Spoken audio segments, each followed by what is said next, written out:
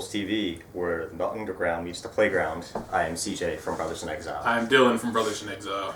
I am Jeff Rappaport and my metric finger. I'm Matt Gibbons. I have nothing to add. Okay, so Gorguts is releasing their 5th album, Colored Sands, on August 30th in Europe and September 3rd in North America on Season of Mist. After 12 years. 90s era death metal is back. 12 years of no album, Gorguts is back. I love Gorguts. Gorguts! That's the first song.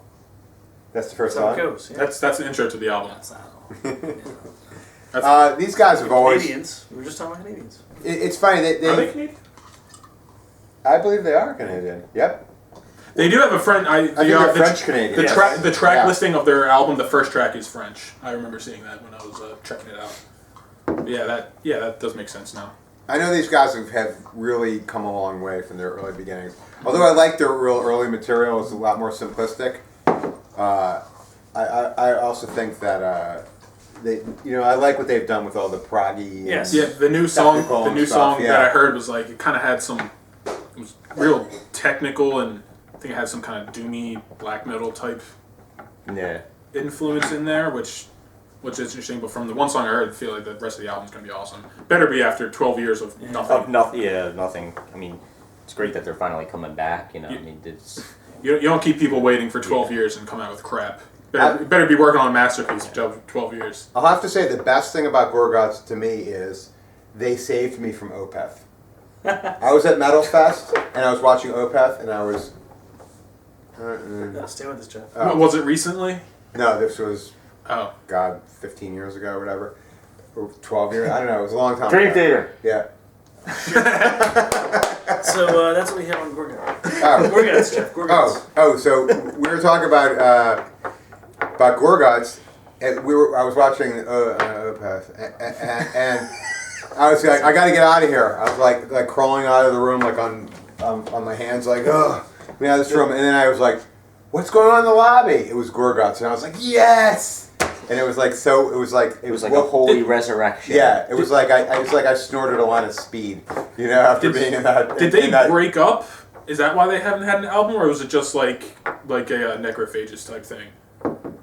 Yeah, what the hell is going on with necrophages? It's been almost 10 years to do that. It's been more than 10 years, I think. The last 2004, one I believe. Was it 04? Yeah. So it's 9 years. Yeah, the first one was 98, 99, I think. Yeah, recomputerification. No, not recomputerification. Sometimes On site, thank you. Well, maybe, Gorguts, Gorguts is a very popular underground band, but they're not, I wouldn't say they're probably making a living on the music. No. They probably all have jobs. No. Maybe in this situation, what happens to a lot of people is family takes over, jobs take over, and, 1 year turns into 10, and But 10 years sex to 12, Yeah, those do tend to run on longer than they should. But, death metal bands that can actually make a living, unless you're on, the level of, Cannibal Corpse, I still think the guys in Autopsy still have jobs, and most people do. Suffocation. Frank doesn't tour full time with them anymore because he has a job. Yeah. Obviously, he wouldn't have the job if he got money. I bet you a lot of the guys at Cannibal have jobs. That must be so frustrating. I don't think Cannibal Corpse, because I think they are the biggest death metal band. Yeah, they might be at the level. Even they make enough then? Yeah, even death metal being a more underground genre, Cannibal Corpse is at the top of the top, at least money-wise, selling albums, doing tours, merch, all that stuff. It's definitely got to be the most frustrating thing is you're in this band that's touring and then you got to come back and then work a full-time job. That's the reason I think death metal more than any other genre has so many lineup changes in their band because there's so little money to be made. People that's got to be the hardest thing, finding a new job every time. Well, it always reminds me of, I interviewed Chuck Billy from Testament. Yeah. And oh, really? From Testament? Yeah, and when I was talking to him, he was like, "Yeah, I just got off work." When he's not on tour, he's a tow truck driver. Yeah. Oh. He'll pull you across. They must be making money though.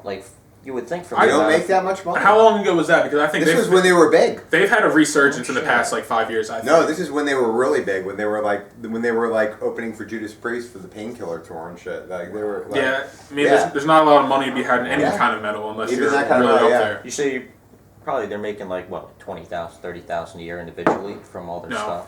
Not even. After you pay for the cost of everything, and you're not really left with a lot. You don't. I mean, 20 grand for all these guys that have families. That's not enough to live on. I know plenty of guys that are in big bands that work. Oh yeah. Yeah.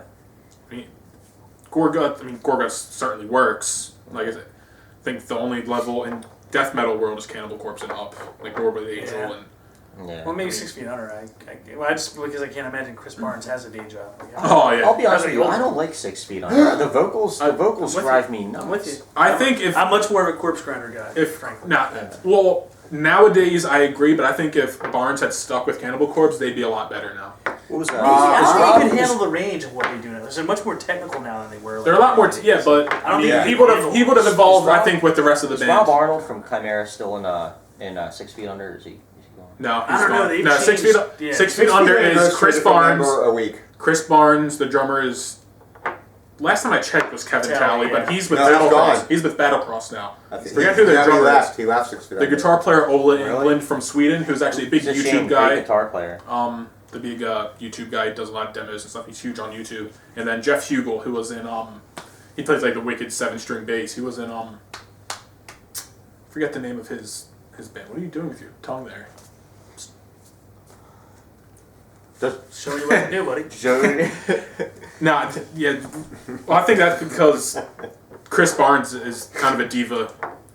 I think it's not necessarily the money part of 6 feet under, because I think they probably make a living, but Chris Barnes is a bit of a diva. I think only Chris Barnes makes a living. Yeah. Yeah, but he got into a fight with Travis from Cannibal Stretcher. Cattle Decapitation. Stretcher. What was that thing I hate? Stretcher. Yeah, stretcher. A living, breathing Piece of defecating. piece of defecating. Living, breathing. That's actually really good. That was the best album of last year. I don't care what you say. Album of the year last year. I still listen to it. He's a monster of a vocalist. And then he got into it with Chris Barnes like on that tour. He's a way better vocalist than Chris Barnes. Oh, absolutely. In that last album, he stepped his game up big time. Everyone did. I think 6 feet under. I like them because we had this conversation before. Because they're stupid metal. Yeah, they're like they're the AC/DC. It is a little bit. I mean, like, and it works because they've covered AC/DC. Yeah, They've done it at like Wacken Festival in front of like 100,000 people, which is hilarious. But they're really simple, but it works for them. I think that's what Cannibal Corpse was early. I just feel like their music's very dull. It's just dull. I kind of like it. It's catchy, but yeah, it's got catchy riffs. It's catchy, but it's just it's catchy, but not melodic. So it's not melodic death metal, but it's catchy death metal. It's kind of melodic. It's just kind of like, but it's Not from the like, vocals anyway. Well, like I said, I liked the last two albums. And the first one was out west. It was like they did What song was that? wasn't a not like a double album, but they released the two albums. Yeah, like, they were like very a couple slowly months, titled, yeah. a couple months away from each other. But I don't think it was an official like double album. Undead and Unborn. Yeah. They're both of those I thought were pretty good. I'll say- He's not even creative enough to come up with that new title. It's like Undead, Unborn. Listen to the next one, Un. I mean, Onion. he's been doing the same thing, since Cannibal Corpse. They're all like onions. they're all about like zombies. onions. Yeah.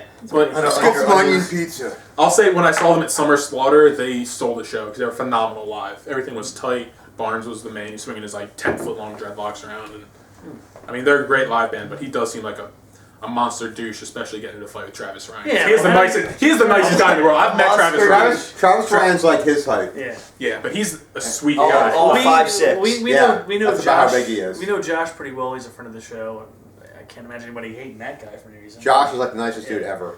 So Yeah. I'm willing to extend the benefit of the doubt to Travis on that one and kind of because assume Barnes is a dude. Plus, he looks like that actor. What's his name? Who? Travis? The one from The Notebook. Ryan Gosling. Yeah, he does. Look at him. Yeah. He looks just like Ryan Especially Gosling. in the Notebook when he has that like scruffy Yeah, beard. he looks was like- a notebook earlier. It's funny to me that He does. He looks like Ryan Gosling. Yeah, no.